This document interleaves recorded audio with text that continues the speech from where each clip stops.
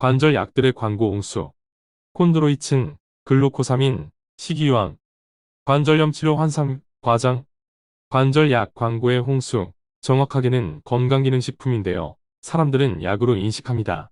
실제 어느 정도 효과가 있는지는 알 수 없어요. 하지만 넘쳐나는 광고만 보면 무릎 관절염이 좋아질 것만 같은 환상을 갖게 합니다.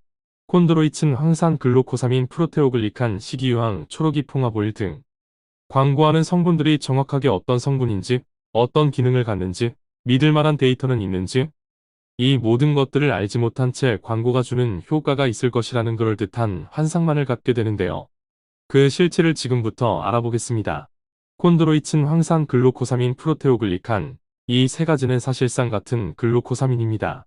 서로 결합된 형태가 다를 뿐입니다. 글루코사민은 무릎관절 연골의 주요 구성 성분인데요. 소 무릎연골이나 상어 연골에도 많이 있고 관절약의 원재료로 많이 사용하고 있습니다. 이러한 성분들이 관절염의 기능 개선과 통증에 효과가 있다는 연구 논문들은 다수 발표되었는데요. 문제는 제조사들의 후원이나 직간접적으로 연결된 연구들이라는 점입니다. 의도된 결과로 볼 여지가 많이 있습니다. 자본주의 사회의 그늘진 면일 수 있겠지요. 그래서 국가기관에서 주도한 연구가 중요합니다. 국내 식약처에서 글루코사민의 관절염에 대한 효과를 연구하여 발표한 결과가 있습니다. 이 연구에 의하면 효과가 없다고 합니다. 미국 국립보건원에서 글루코사민에 대한 연구를 한 결과도 있는데요. 역시 효과가 거의 없다고 결론이 났습니다. 이러한 연골률의 관절약의 효과는 사실 상식적으로 판단하는 것도 충분히 가능합니다. 우리가 즐겨 먹는 도가니탕의 도가니가 소의 연골입니다. 이 도가니를 먹으면 소화기관에서 대부분 소화되어 에너지로 바뀌고 아주 일부 성분이 혈관을 타고 긴 경로를 거쳐서 무릎관절까지 전달됩니다. 문제는 무릎관절의 연골에는 혈관이 별로 없어서 어렵게 무릎관절 근처까지 전달된 이 성분이 관절 안으로 전달되는 것이 불가능하다는 점입니다. 관절에 도움이 된다고 알려진 식이유황, 리프리놀 등 이런 성분들은 염증에 효과적인 기능식품들인데요. 이러한 성분들은 전신의 염증을 줄여줄 수 있는 성분이지만 무릎관절의 염증을 줄여주는 것은 어렵습니다. 아무리 무릎관절의 염증에 도움이 된다고 하더라도 혈관을 통해 전달된 성분들이 혈관이 별로 없는 무릎관절까지 전달되는 것이 어렵기 때문입니다. 비록 부작용이 크지만 가장 강력한 염증 치료 효과를 갖는 스테로이드도 만성 관절염에는 큰 효과를 보기가 어려운데요.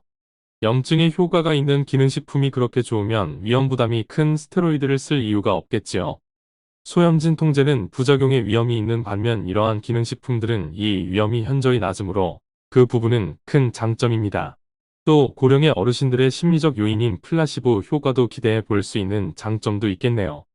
무릎관절염은 관절연골과 주변 조직들이 약화로 인해 염증이 생기는 질환이지만 위와 같은 이유로 이러한 관절약들은 관절염의 원인인 약화된 관절 조직에 영향을 주지 못합니다. 아주 낮은 강도의 특수한 영역의 저강도 초음파가 약화된 관절연골의 세포재생을 활발하게 해줄 수 있다는 연구 논문들이 다수 발표되었는데요. 이 연구에 의하면 저강도 초음파는 혈관이 별로 없어서 세포재생이 잘 안 일어나는 무릎관절 연골의 세포재생을 활발하게 해줄 수 있습니다. 서서히 약화된 무릎관절을 튼튼하게 회복시켜 만성 무릎 통증, 염증을 개선시켜서 등산 등 활발한 신체 활동을 할 수 있도록 해줄 수 있는 원리입니다. 이러한 초음파의 관절연골 세포재생 효과에 대한 연구 결과를 바탕으로 카이스트와 함께 플리어스 초음파 기술을 개발하였습니다. 카이스트 원천 기술의 플리어스 초음파는 넓은 관절 환부를 커버할 수 있는 멀티 초음파를 이용한 입체 투과 기술이어서 초음파의 관절 세포재생 효과를 높였습니다.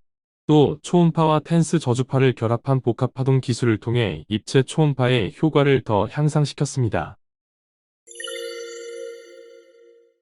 개발자는 정보통신부품 설계 분야를 전공했습니다. 20여 년 동안 난치성 척추와 관절의 염증과 통증을 효과적으로 치료할 수 있는 저강도 플리어스 초음파 기술을 임상 데이터의 축적을 통해 연구 개발하는 일을 해왔습니다.